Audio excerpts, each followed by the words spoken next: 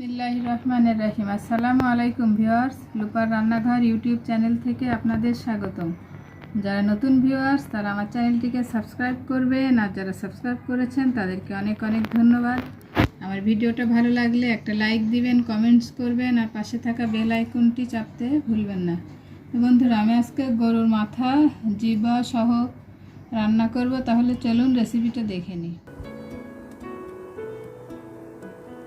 বসিয়ে দিয়েছি, এখন দিয়ে দিব কিছুটা তেল। বেশ অনেকখানি কি তেল দেওয়া লাগবে।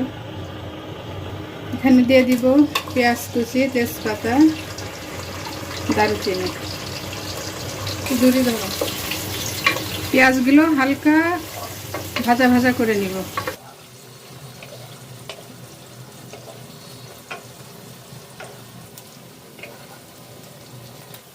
এ পর্যায়ে দিব পেঁয়াজ বাটা, 2 টেবিল চামচ পেঁয়াজ বাটা, 1 টেবিল চামচ আদা বাটা, 1 টেবিল চামচ রসুন বাটা, 1 টেবিল চামচ জিরা বাটা, আর 1 টেবিল চামচ গরম মশলা বাটা, লবণ স্বাদ মতো, মরিচের গুঁড়া দিলাম 2 চা চামচ। এটা যার যার স্বাদ অনুযায়ী যে যেমন ঝাল খাবেন দিয়ে নেবেন। দিব হলুদের গুঁড়া। এখন একটু পানি দিয়ে মশলাটা খুব ভালোভাবে কষিয়ে নিব।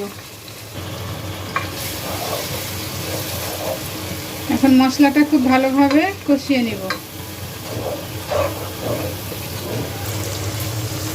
আমার মশলাটা ভুনা হয়ে গেছে, আমি এখন মাংসটা দিয়ে দেবো। এই যে দেখে বুঝতে পারছেন এটা মাথার মাংস। জিভ এবং মাথা আমি আগেই সিদ্ধ করে পানি ফেলে দিয়েছিলাম। এই মাংসটা সিদ্ধ হতে একটু দেরি লাগে।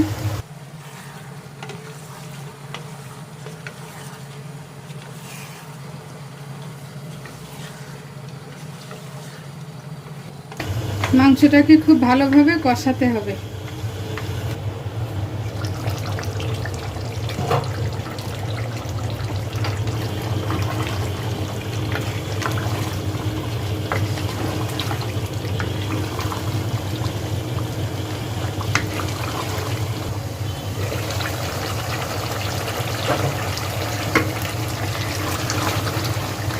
তো দেখে নিশ্চয় বোঝা যাচ্ছে বন্ধুরা যে আমার মাংসটা অলমোস্ট কষানো হয়ে গেছে, শুধু তেল উঠে গেছে।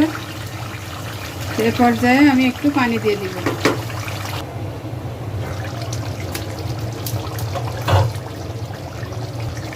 তো বন্ধুরা, আমার মাংসটা রান্না হয়ে গেছে, আমি এখন চুলা অফ করে দিব। আমার রান্নাটা হয়ে গেছে, আমি সার্ভ করে দিয়েছি। দেখে নিশ্চয় বুঝতে পারছেন এই রান্নাটা খেতেও অনেক মজা হয়। তাই সবাই রান্না করে খেয়ে দেখবেন। আর আমার এরকম মজার মজার রেসিপি পেতে আপনারা সবাই আমার চ্যানেলটিকে সাবস্ক্রাইব করবেন, আমার পাশে থাকবেন। সবাই ভালো থাকবেন, আমার জন্য দোয়া করবেন। আল্লাহ হাফেজ।